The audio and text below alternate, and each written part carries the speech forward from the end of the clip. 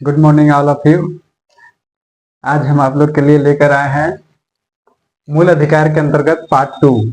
उसमें मूल अधिकार के अंतर्गत सिर्फ समानता के अधिकार का मैं उल्लेख किया था और सारे मूल अधिकार के विषय में मैं बताया था, लेकिन विस्तार से उल्लेख में वर्णन किया था सिर्फ समानता के अधिकार का उल्लेख। आज पार्ट 2 के अंतर्गत मैं आपको स्वतंत्रता के अधिकार के उल्लेख के बारे में मैं बताऊंगा। स्वतंत्रता के अधिकार, सबसे पहले हम आपको मूल अधिकार टोटल लेकर चलते हैं। भारतीय संविधान के भाग 3 में मूल अधिकार की व्यवस्था की गई। मूल अधिकार का उल्लेख संविधान के भाग 3 के अनुच्छेद 12 से लेकर 35 में मूल अधिकार की व्यवस्था की गई। ठीक? मूल अधिकार को संयुक्त राज्य अमेरिका के संविधान से लिया गया है। मूल अधिकार हमारे जीवन के विकास करने के लिए अर्थात चहुमुखी और सर्वांगीण विकास करने के लिए नागरिकों को प्रदान किए गए हैं।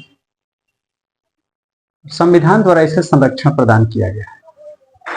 संविधान के द्वारा इसे संरक्षण और सुरक्षा की गारंटी प्रदान की गई है और यही कारण है कि भारतीय संविधान के भाग 3 को संविधान का मैग्ना कार्टा कहा जाता है। अब आगे आइए कि मूल अधिकार, मूल संविधान में भारतीय नागरिकों को 7 प्रकार के मूल अधिकार या मौलिक अधिकार प्रदान किए गए थे। समानता के अधिकार, पहला स्वतंत्रता का अधिकार, शोषण के विरुद्ध अधिकार, धार्मिक स्वतंत्रता का अधिकार, शिक्षा व संस्कृति का अधिकार, संवैधानिक उपचारों का अधिकार और एक और था जिसका नाम था संपत्ति का अधिकार। किंतु संविधान के 44वें संविधान संशोधन के द्वारा संपत्ति के अधिकार को मूल अधिकार की श्रेणी से उसे बाहर निकाल दिया गया। 1978 में हुआ था 44वां संविधान संशोधन अधिनियम और उसे मूल अधिकार की श्रेणी से बाहर निकाल दिया गया। किस अधिकार को? तो संपत्ति के अधिकार को। अब इसका मतलब ये हुआ कि अब संपत्ति का अधिकार मूल अधिकार की श्रेणी में नहीं आता। इस प्रकार अब मूल अधिकारों की संख्या 6 हो गई। समानता के अधिकार के बारे में मैं आपको उल्लेख कर दिया था। आप स्वतंत्रता के अधिकार के विषय में मैं आपको बताने जा रहा हूं। देखिए, स्वतंत्रता के अधिकार का उल्लेख अनुच्छेद 19 से 22 में किया गया। स्वतंत्रता के अधिकार यह नागरिकों को व्यक्तिगत अधिकार प्रदान किए गए हैं।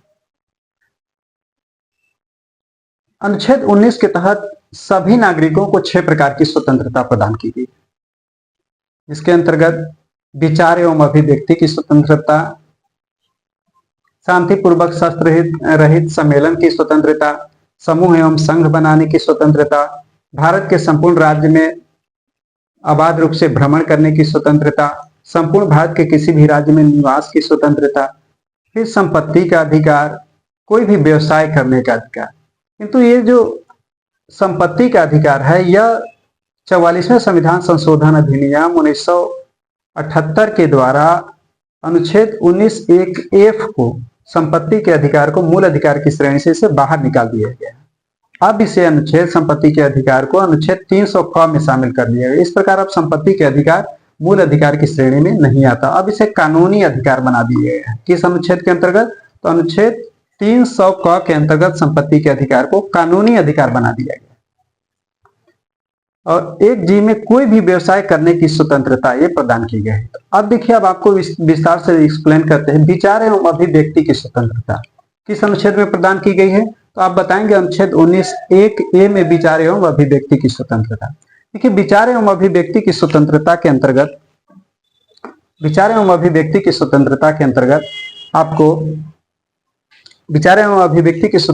आपको भारत के किसी भी नागरिक को अपने विचार को अभिव्यक्त करने का अधिकार है। आपको अपने विचार को अभिव्यक्त करने का अधिकार है, चाहे लिख करके अभिव्यक्त कीजिए या कहीं स्टेज पर जाकर भाषण के माध्यम से अभिव्यक्त कीजिए या बोलकर अभिव्यक्त कीजिए। ठीक, तो विचार एवं अभिव्यक्ति की स्वतंत्रता सभी नागरिकों को प्रदान की गई है। किस अनुच्छेद के अंतर्गत?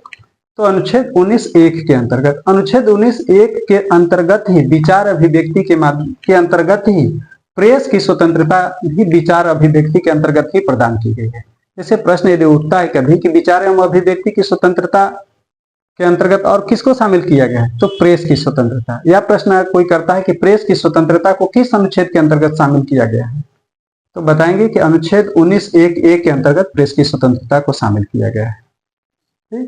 शांतिपूर्वक शस्त्र रहित सम्मेलन की स्वतंत्रता। भारतीय नागरिकों को शांतिपूर्वक आपको बिना शस्त्र मतलब बिना लाठी के, डंडे के, बिना बंदूक को लेकर के आपको सम्मेलन करने का अधिकार है। यदि आप सम्मेलन में कुछ बात बताना चाहते हैं, कोई चीज जानकारी है या किसी समूह को, तो आपको बिना डंडा के, बिना लाठी के, बिना बंदूक के, शस्त्र रहित शांतिपूर्वक ढंग से आप सम्मेलन कर सकते हैं। यह आपको अनुच्छेद देता है, संविधान का कौन सा अनुच्छेद? 19(1)(b) आपको अधिकार देता है कि भारतीय नागरिकों को शांतिपूर्वक शस्त्र रहित, बिना लाठी के, डंडे के, बंदूक के, भाला गड़ासा के आप सम्मेलन कर सकते हैं। ठीक, ये अनुच्छेद कौन सा देता है? A1B देता है। अनुच्छेद 19(1)(c) के अंतर्गत कहता है समूह एवं संघ बनाने की स्वतंत्रता। आपको समूह एवं संघ बनाने की स्वतंत्रता का भी अधिकार है। तो समूह किसके साथ बनाया जाता है? संघ किसके साथ बनाया जाता है? समूह उसी के साथ आप बनाते हैं या हम बनाते हैं जिससे हमारे विचार मिलते हैं।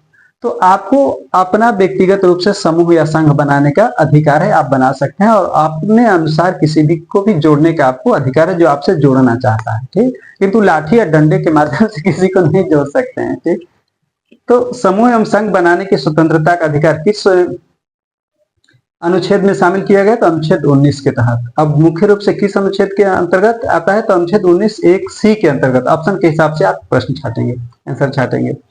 अनुच्छेद 19(d) में कहा गया है कि भारत के संपूर्ण राज्य में अबाध रूप से भ्रमण की स्वतंत्रता।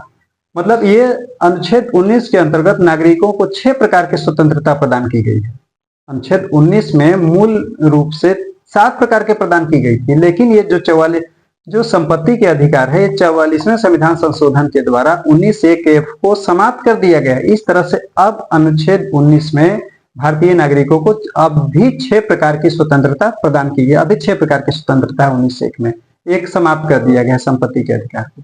तो देखिए, भारत के संपूर्ण राज्य क्षेत्र में अबाध भ्रमण की स्वतंत्रता, मतलब कि आपको यह अधिकार है कि भारत में जितने राज्य हैं व केंद्र शासित प्रदेश हैं, दिल्ली, बंबई, पंजाब, हरियाणा, जितने राज्य हैं, उत्तर यूपी, बिहार, महाराष्ट्र, गुजरात, चाहे दिल्ली तो भारत की राजधानी है, और जितने राज्य और केंद्र शासित प्रदेश है, संपूर्ण राज्य क्षेत्र मतलब संपूर्ण भारत में आपको भ्रमण का अधिकार है। आप कहीं भी, आपको कोई रोक नहीं सकता है। आप आराम से बिना रोक टोक के भ्रमण कर सकते हैं यार संपूर्ण भारत में। ठीक, भ्रमण मतलब घूमने की, फिरने की, आजादी की। देखना चाहते हैं आप उत्तर प्रदेश में, देखना चाहते हैं कि बिहार कैसा, आप आराम से जा सकते हैं।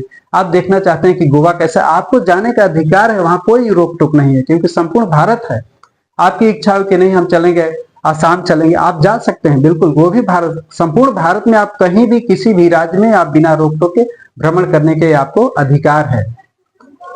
तो भारत के संपूर्ण राज्य क्षेत्र में अबाध भ्रमण की स्वतंत्रता का अधिकार किस अनुच्छेद के अंतर्गत प्रदान किया गया है? अनुच्छेद 19(1)(d) के अंतर्गत प्रदान किया गया है। संपूर्ण भारत के किसी भी राज्य में निवास करने या बसने का अधिकार। अगर आप उत्तर प्रदेश के राज्य के रहने वाले हैं, आपकी इच्छा हुई कि हम बिहार में जाए, बिहार में बहुत सच्चे दिल के हैं, तो आप बिहार में जाकर के उत्तर प्रदेश की जमीन बेच बाच के घर जमीन खरीद सकते हैं। ठीक ना? यदि आपकी इच्छा है कि नहीं उत्तर प्रदेश में हमारा कम जमीन, हम एमपी में बहुत सस्ता जमीन मिलता है, हम जाकर वहां बस जाएंगे, 2 बीघा बेचेंगे तो 20 बीघा लेंगे। आप उत्तर प्रदेश से एमपी में भी आप जमीन खरीद सकते हैं, वहां बस सकते हैं। कहीं भी आपको संपूर्ण भारत के किसी भी राज्य में निवास करने का आपको अधिकार है। निवास करने का अधिकार, वहां बसने का अधिकार।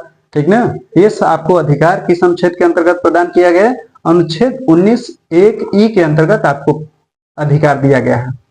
फिर 19(1)(f) में अभी मैं बताया कि 44वें संविधान संशोधन के द्वारा जब संविधान बना था, उस समय संपत्ति का अधिकार मूल अधिकार था, लेकिन अब संपत्ति के अधिकार को मूल अधिकार की श्रेणी से हटा दिया गया है। ठीक, तो अब संपत्ति का अधिकार कैसा अधिकार हो गया? कानूनी अधिकार। किस संपत्ति के अधिकार किस संविधान संशोधन द्वारा हटाया गया है? तो 44वें संविधान संशोधन अधिनियम 1978 के द्वारा हटा दिया गया है।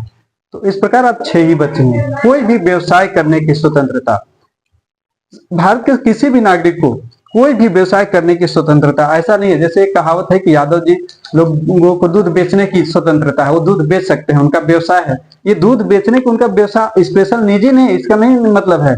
दूध कोई मौर्य भी बेच सकता है, दूध कोई पटेल भी बेच सकता है, दूध कोई हरिजन भी बेच सकता है, ठीक, दूध कोई ब्राह्मण भी बेच सकता है, दूध कोई मुसलमान भी बेच सकता है। दूध बेचने का व्यवसाय किसी का रजिस्टर्ड नहीं है कि ये बेच सकता है, जैसे जूता बनाने अक्सर लोग हर जन लोग जूता बनाते, तो ये जरूरी नहीं कि जूता बना, अगर आप बेरोजगार हैं, आपको नौकरी तो नहीं मिल रही है, तो आप भी बैठकर क्या करेंगे? किसी के 8,000 5,000 4,000 काम करने से अच्छा है कि अगर आप पढ़े लिखे हो और लाज शर्म नहीं है तो आप पैसा बहुत कमा सकते हैं। आप बैठ करके आप भी जूता पर पॉलिश मार सकते हैं। ठीक, कोई भी व्यवसाय करने का अधिकार है, तेल बेचने का, दुकान खोलने का। ऐसा भी नहीं है कि दुकान कल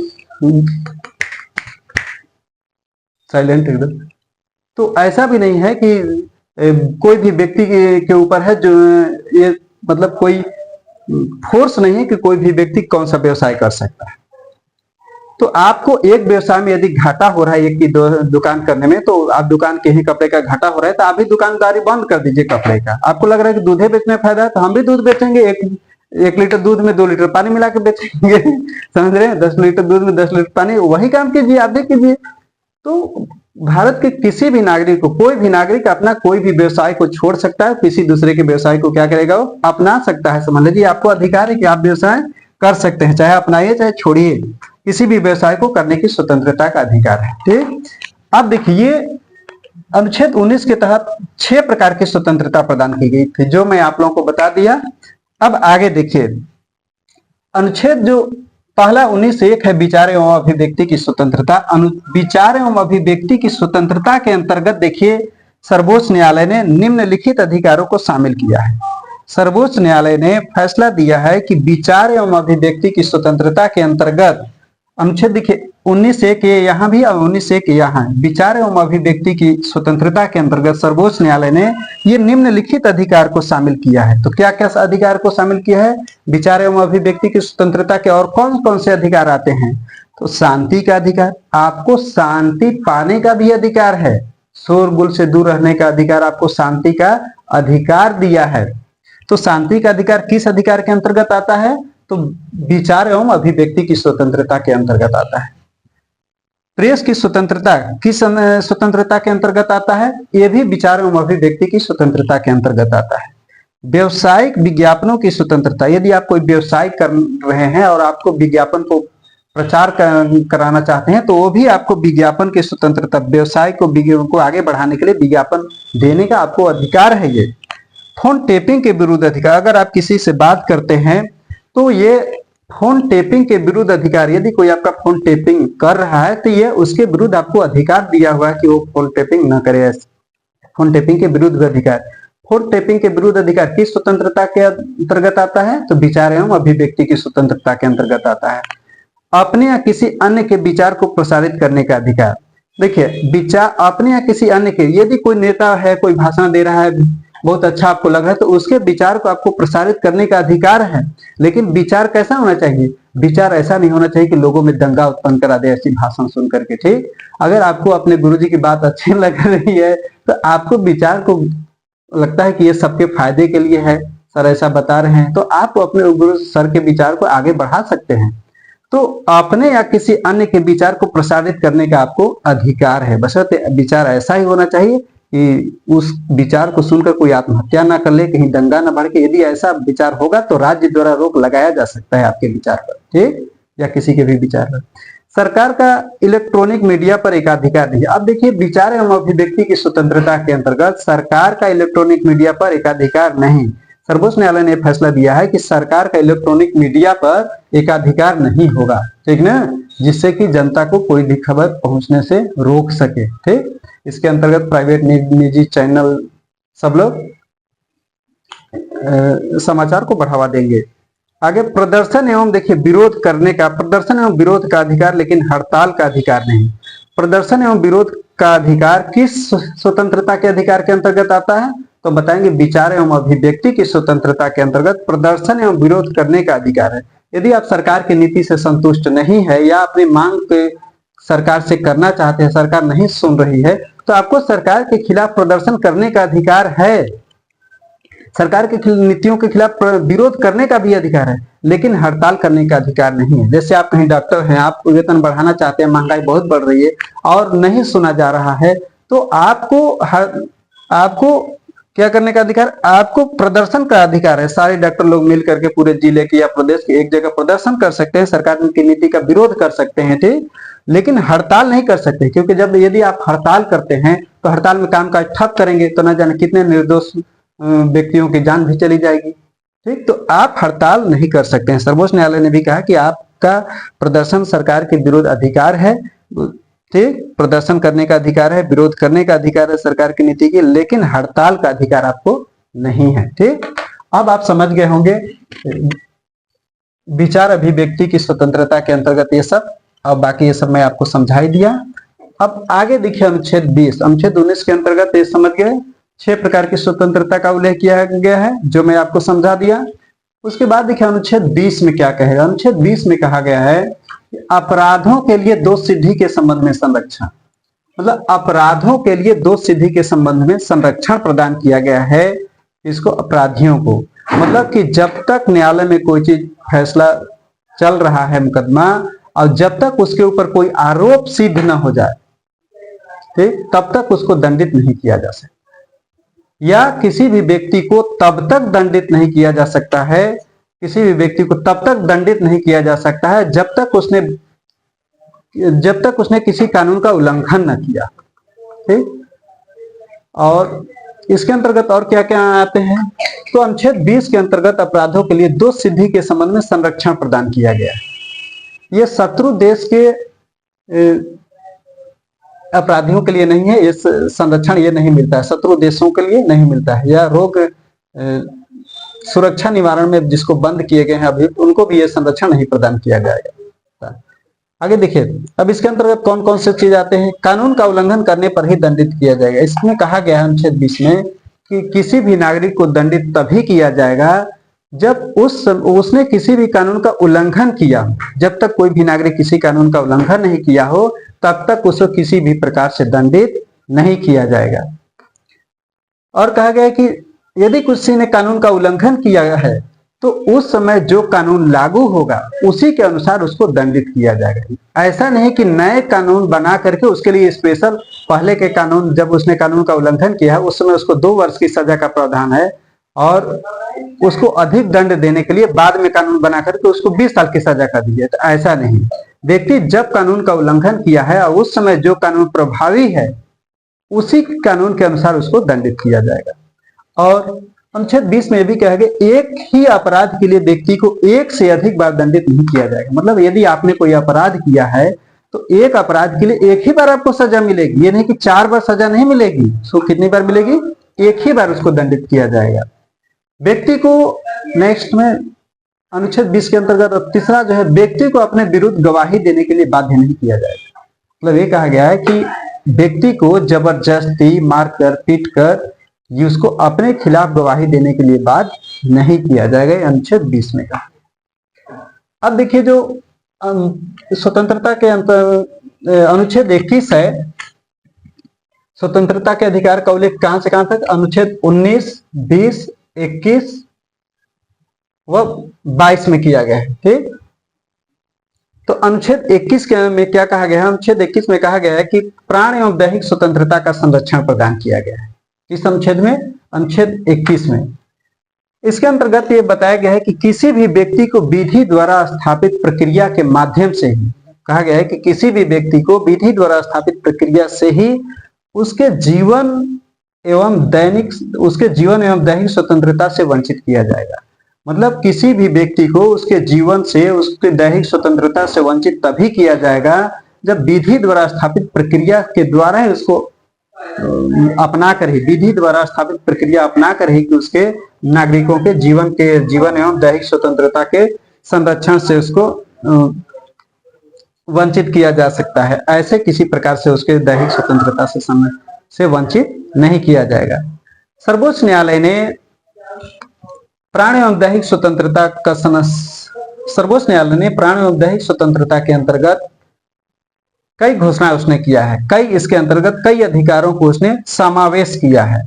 सर्वोच्च न्यायालय ने कहा है कि एक व्यक्ति को जीने के लिए सिर्फ पशु तुल्य जीवन ही स्वीकार नहीं होगा, एक व्यक्ति को जीने के लिए सम्मान पूर्वक जीवन चाहिए और उसके गरिमापूर्ण जीवन चाहिए। ठीक, जीवन जीने के लिए तो पशु भी जीवन जीते हैं, लेकिन एक पशु की तरह मानव के जीवन को जीना स्वीकार नहीं किया जाएगा। उसको सम्मान पूर्वक और गरिमापूर्ण जीवन प्रदान किया जाएगा। तो सम्मानपूर्ण और गरिमापूर्ण जीवन जीने के लिए जो व्यक्ति के लिए आवश्यक है, उसको भी सर्वोच्च न्यायालय ने इसी प्राण एवं दैहिक स्वतंत्रता के संरक्षण के अंतर्गत शामिल किया है। तो सर्वोच्च न्यायालय द्वारा दिए गए कई फैसले में प्राण एवं दैहिक स्वतंत्रता के अंतर्गत निम्नलिखित अधिकारों को शामिल किया है। उसने निम्नलिखित अधिकारों को शामिल किया है। तो कौन कौन से वो निम्नलिखित अधिकार है जिसको शामिल किया है सर्वोच्च न्यायालय ने? तो पहला है जीवन रक्षा का अधिकार, जीवन रक्षा का अधिकार, निजता का अधिकार। जीवन रक्षा का अधिकार किस अधिकार के अंतर्गत आता है? तो प्राण एवं दैहिक स्वतंत्रता के संरक्षण के अंतर्गत आता है। तो प्राण एवं दैहिक स्वतंत्रता के अंतर्गत सर्वोच्च न्यायालय ने निम्नलिखित अधिकार को शामिल किया है, जो मैं यहाँ लिखा हूं। तो देखिए कौन कौन से अधिकार है जो प्राण एवं दैहिक स्वतंत्रता का संरक्षण के अंतर्गत आता है। तो जीवन रक्षा का अधिकार, निजता का अधिकार, आश्रय का अधिकार, स्वास्थ्य का अधिकार, निष्पक्ष सुनवाई का अधिकार, सूचना का अधिकार, प्रतिष्ठा का अधिकार, सोने का अधिकार, 14 वर्ष 6 से लेकर 14 वर्ष तक के बच्चों को प्राथमिक शिक्षा का अधिकार, अमानवीय व्यवहार के विरुद्ध अधिकार, हिरासत में शोषण के विरुद्ध अधिकार, जीवन साथी चुनने का अधिकार, शोर प्रदूषण से मुक्ति का अधिकार, अकेले में कारावास में बंद होने का अधिकार, बंद होने के विरुद्ध अधिकार, सम्मान के साथ मृत्यु का अधिकार। तो ये जो अधिकार प्रदान किया है सर्वोच्च न्यायालय ने प्राण एवं दैहिक स्वतंत्रता के अंतर्गत इसको रखा है। जीवन रक्षा का अधिकार, जीवन रक्षा का अधिकार नागरिकों को, प्रत्येक नागरिक को अपने जीवन को रक्षा का अधिकार है। निजता का अधिकार, निजता का अधिकार का तात्पर्य व्यक्ति के व्यक्तिगत जीवन से, निजी जीवन से अधिकार है, उसमें किसी भी प्रकार को किसी को हस्तक्षेप करने का अधिकार नहीं है। आश्रय का अधिकार, आश्रय मतलब निवास का अधिकार भी उसको प्रदान किया गया है। स्वास्थ्य का अधिकार है, व्यक्ति को अपने स्वास्थ्य को सही रखने के लिए उसका अधिकार है, अच्छे चिकित्सा पाने का अधिकार, स्वास्थ्य का अधिकार। निष्पक्ष सुनवाई का अधिकार, यदि न्यायालय में निष्पक्ष सुनवाई न रही है, हो रही हो, तो वह उसको अच्छे से वह अपने निम्न अदालत के खिलाफ उच्च न्यायालय में जा सकता है, उच्च न्यायालय के से ऊपर सर्वोच्च न्यायालय में जा सकता है। उसको अधिकार है नागरिक का कि वह निष्पक्ष उसे न्याय मिल सके।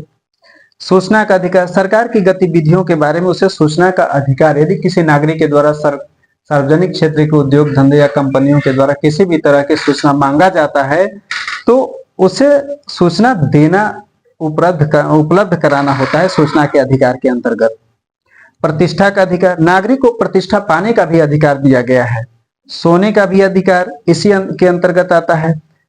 6 से 14 वर्ष तक के बच्चों को निःशुल्क शिक्षा का अधिकार प्रदान किया गया है। 6 से 14 वर्ष तक के बच्चों को शिक्षा का इतना सर्वोच्च न्यायालय ने महत्व दिया है कि जिस तरह से जीवन जीने के लिए हवा जरूरी है, उसी तरह से सम्मान के साथ शिक्षा जीने के लिए, सम्मान के साथ जीने के लिए शिक्षा का महत्व, जितना जीवन जरूरी है उतना ही शिक्षा महत्वपूर्ण है आज के समय में। यही कारण है कि सर्वोच्च न्यायालय ने शिक्षा के अधिकार के अंतर्गत शिक्षा को इसमें सम्मिलित किया है प्राण एवं दैहिक स्वतंत्रता के संरक्षण के अंतर्गत। तो प्रश्न आता है कि प्राथमिक शिक्षा को किस अनुच्छेद में शामिल किया गया? तो अनुच्छेद 21 में शामिल किया गया है, 21 में शामिल किया गया है। अमानवीय व्यवहार के विरुद्ध अधिकार, अमानवीय व्यवहार का मतलब कि कोई गलत काम भी कर रहा है उसको दंडित किया जा रहा है, तो पता चला कि आप हंसुआ गर्म करके उसको दाग रहे हैं, वो नहीं पढ़ा, तो ये अमानवीय काम है। पता चल रहा है आग जल रहा है तो किसी को सजा देने के लिए आग उसको उठा करके हाथ पर रख दिए, तो ये भी कैसा काम है? अमानवीय है। कोई आपके घर का एक बुरिया चावल चुरा लिया, पकड़ा गया, तो पता चला उसको पेड़ में बांध करके खूब डंडा पीट रहे हैं, ठीक, या हंसुआ गर्म करके या लोहा गर्म करके उसको ठेका रहे हैं, ठीक, या उसका 2 अंगुली काट दे रहे थे, ये सब कैसा काम है? ये सब अमानवीय काम है, ठीक। तो इसके खिलाफ क्या है? ये सब प्राण एवं दैहिक स्वतंत्रता के अंतर्गत आता है। उसके बाद अनुच्छेद 22 है। अनुच्छेद 22 में, ये तो मैं भूल गया था, अनुच्छेद 22 में कहा गया है, इसको आप स्क्रीन टॉच ले लीजिएगा। अनुच्छेद 22 में, अनुच्छेद 22 में गिरफ्तारी के संबंध में संरक्षण प्रदान किया गया है। गिरफ्तारी के संबंध में संरक्षण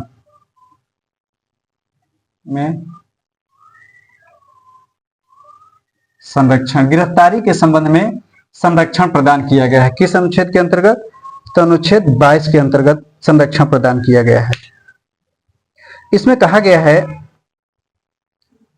कि यदि आपको गिरफ्तार किया जाता है, इसके अंतर्गत गिरफ्तारी के संबंध में संरक्षण किस अनुच्छेद में प्रदान किया गया? अनुच्छेद 22 के अंतर्गत। यदि आपको गिरफ्तार किया जाता है तो गिरफ्तार किए जाने के लिए के कारण आपको जरूर बताया जाएगा। ठीक, गिरफ्तार किए जाने का कारण बताया जाएगा नंबर 1 में। नंबर 2 में गिरफ्तार किए गए व्यक्ति को भी अपने मन पसंद के अनुसार उसके वकील करने का उसे अधिकार दिया जाए। तो इस तरह से अब गिरफ्तारी के संबंध में संरक्षण भी प्रदान किया गया है। और इसमें यह भी बताया गया है कि 24 घंटे के अंदर किसी गिरफ्तार किए गए व्यक्ति को मजिस्ट्रेट के सामने उपस्थित कराना अनिवार्य होता है। ये गिरफ्तारी के संबंध में संरक्षण ये नागरिकों को प्रदान किए गए हैं। ये किसी विदेशियों को प्रदान नहीं किए गए हैं या किसी शत्रु देश के नागरिकों को प्रदान नहीं किया जाएगा। ये भारतीय नागरिकों को प्रदान किया जाएगा या ऐसे जहां के देश से भारत के रिश्ते अच्छे हैं। इस तरह से आप समझ गए हैं कि स्वतंत्रता के अनुच्छेद के स्वतंत्रता के अधिकार के अंतर्गत अनुच्छेद 19 से लेकर के 22 तक अनुच्छेद सम्मिलित किए गए हैं। अनुच्छेद 19 में सभी नागरिकों को 6 प्रकार की स्वतंत्रता प्रदान की गई है। अनुच्छेद 20 में अपराधों के लिए दोष सिद्धि के संबंध में संरक्षण प्रदान किया गया है। अनुच्छेद 21 में प्राण एवं दैहिक स्वतंत्रता का संरक्षण प्रदान किया गया है। और प्राण एवं दैहिक स्वतंत्रता के अंतर्गत सर्वोच्च न्यायालय ने ये निम्नलिखित अधिकारों को सम्मिलित किया है। फिर अनुच्छेद 22 में गिरफ्तारी के संबंध में संरक्षण प्रदान किया गया है, जिसके अंतर्गत ये बताया गया कि यदि किसी व्यक्ति को गिरफ्तार किया जाता है जो कानून का उल्लंघन करता है तो उसे गिरफ्तारी करने का कारण बताया जाएगा। नंबर 2, उसके पसंद के अनुसार वकील से परामर्श करने का उसका अधिकार होगा। नंबर 3, 24 घंटे के अंदर उसे मजिस्ट्रेट के सामने उपस्थित करने का अधिकार होगा। तो इन सब कारणों के अंतर्गत आप पढ़े हैं, ये मौलिक अधिकार है आपका। किंतु राज्य के द्वारा या सरकार के द्वारा सार्वजनिक हित में या लोक व्यवस्था बनाए रखने के लिए या सर्वोच्च